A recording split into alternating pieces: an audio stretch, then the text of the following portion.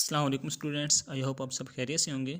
Students, जैसा कि आप जानते हैं कि हम एक्सरसाइज 2.4 कर रहे हैं, तो इसका क्वेश्चन नंबर 1 उसके 5 पार्ट से हमने कंप्लीट कर लिए हैं प्रीवियस वीडियो में।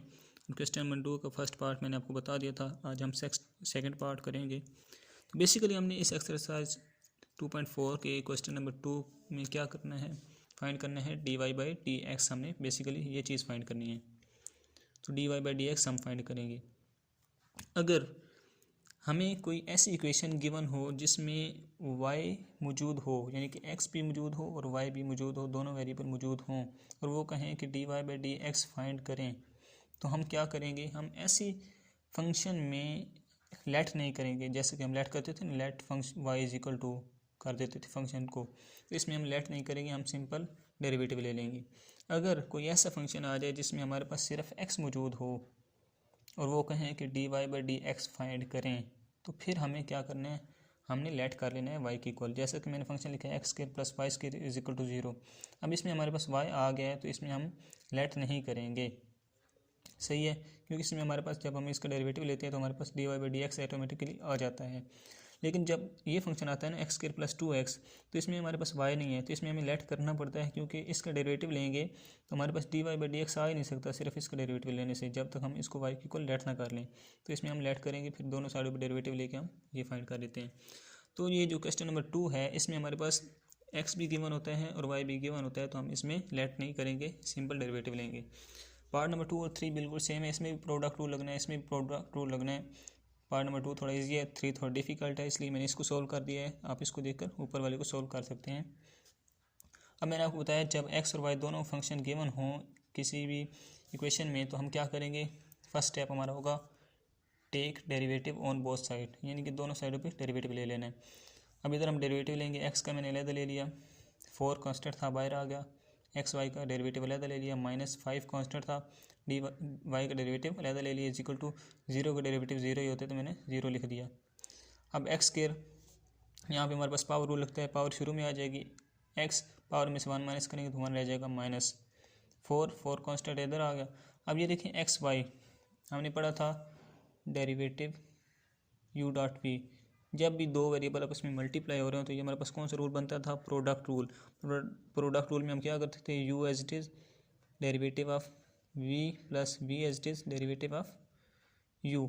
इधर हमारे पास u क्या है, u हमारे पास है x, यानी कि x एज इट इज़, और dy/dx, और y v हमारे पास क्या है, y, तो यहाँ y आ जाएगा plus y derivative of x। तो हमने ये स्टेप यहाँ पे कर दिया, -5 dy/dx as it is equal to 0, 2x minus, अब मैंने 4 को अंदर मल्टीप्लाई कर दिया, ये बन जाएगा -4x dy/dx -4y, और x का डेरिवेटिव x के रिस्पेक्ट से 1 होता है, तो मैंने 1 लिख दिया, -5 dy/dx इज इक्वल टू 0 आ गया हमारे पास, सही है।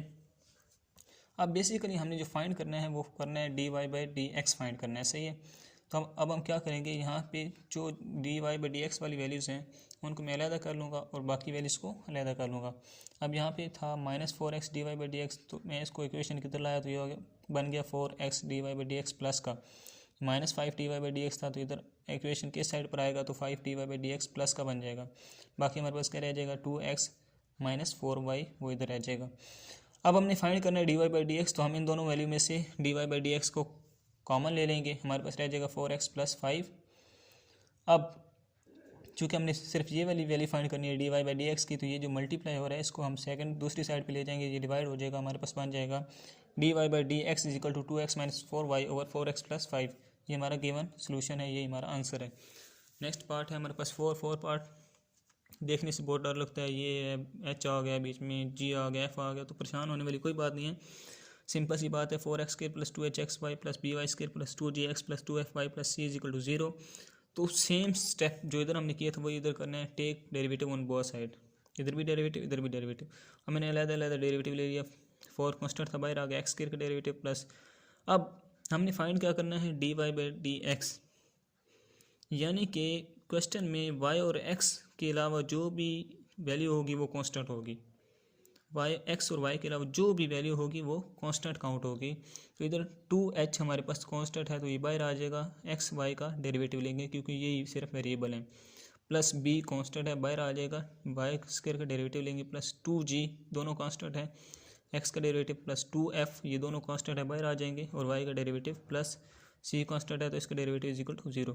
अब आप क्या करेंगे, एक्स स्क्वायर का डेरिवेटिव ले लेंगे, इसके साथ मल्टीप्लाई हो जाएगा प्लस 2h, इसका हमारे पास सेम यही प्रोडक्ट रूल लगेगा जो हमने यहाँ पे लगाया था एक्स वाई का, प्लस बी वाई स्क्वायर का आप डेरिवेटिव लेंगे, वाई स्क्वायर का डेरिवेटिव क्या होता है 2y dy/dx, वो आप लिख लेंगे, dx/dx हमारे पास 1 होता है वो आप लिख लेंगे, प्लस dy/dx।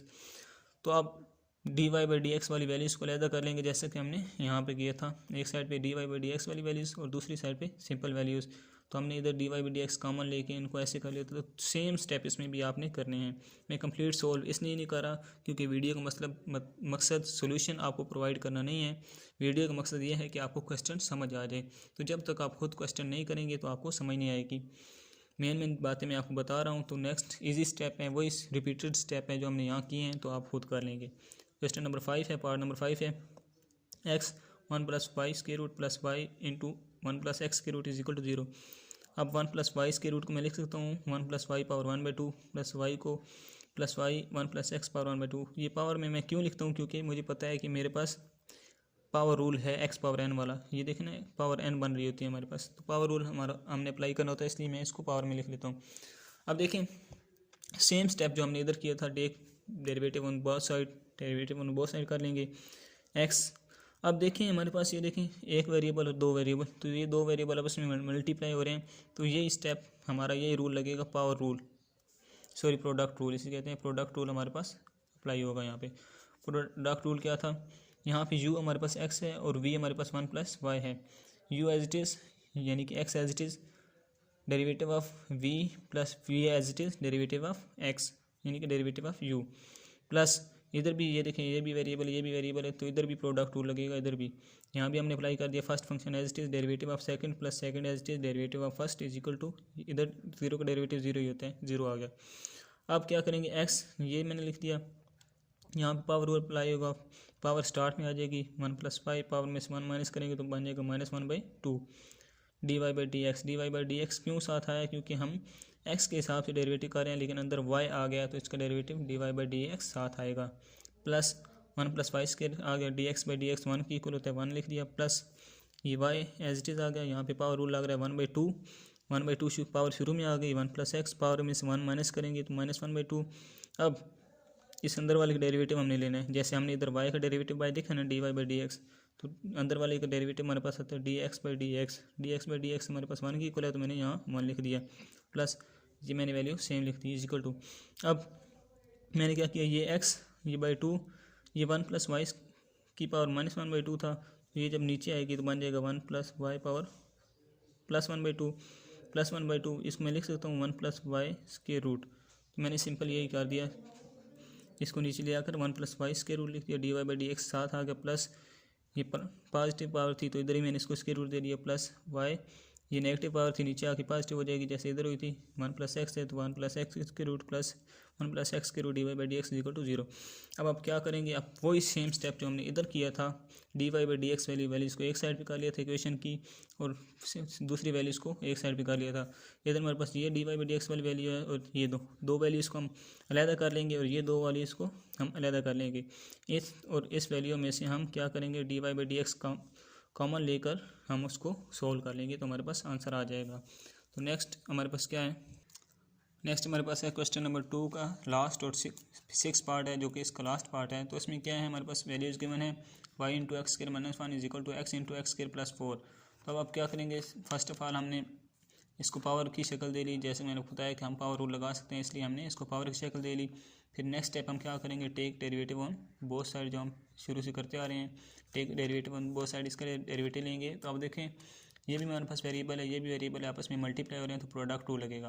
प्रोडक्ट रूल में क्या होता है, first value as it is derivative of second plus second as it is derivative of first is equal to, ये भी आपस में वेरिएबल मल्टीप्लाई हो रहे हैं, तो क्या होगा, प्रोडक्ट रूल लगेगा। First as it is second का derivative plus second as it is और डेरिवेटिव ऑफ फर्स्ट। अब इसको सोल्व करेंगे, same question number 5 part number 5 की तरह है, बिल्कुल सेम एज होगा। इसमें भी आप जब इसको सोल्व करेंगे तो हमारे पास दो वैल्यूज़ ऐसी आएंगी जिनमें dy/dx होगा, और दो ऐसी होंगी जो कि बिल्कुल सिंपल होंगी। तो आप dy/dx वाली वैल्यूज़ में से dy/dx कांस्टेंट कॉमन ले लेंगे। कॉमन लेने के बाद आप उसको सॉल्व कर लेंगे, आपका आंसर आ जाएगा। तो ये हमारे पास क्वेश्चन नंबर 2 था, ये भी कंप्लीट हो चुका है। आई होप सो कि आपको समझ आ गई होगी। अगर आपको कोई परेशानी मसला पेश आए तो आप कमेंट्स में मुझे बता सकते हैं, मैं आपको क्वेश्चन सोल्व करके कोई नई वीडियो बना के समझा दूंगा। अगर आपको वीडियो पसंद आई हो तो लाइक करें, कमेंट करें और सब्सक्राइब करें। Thank you.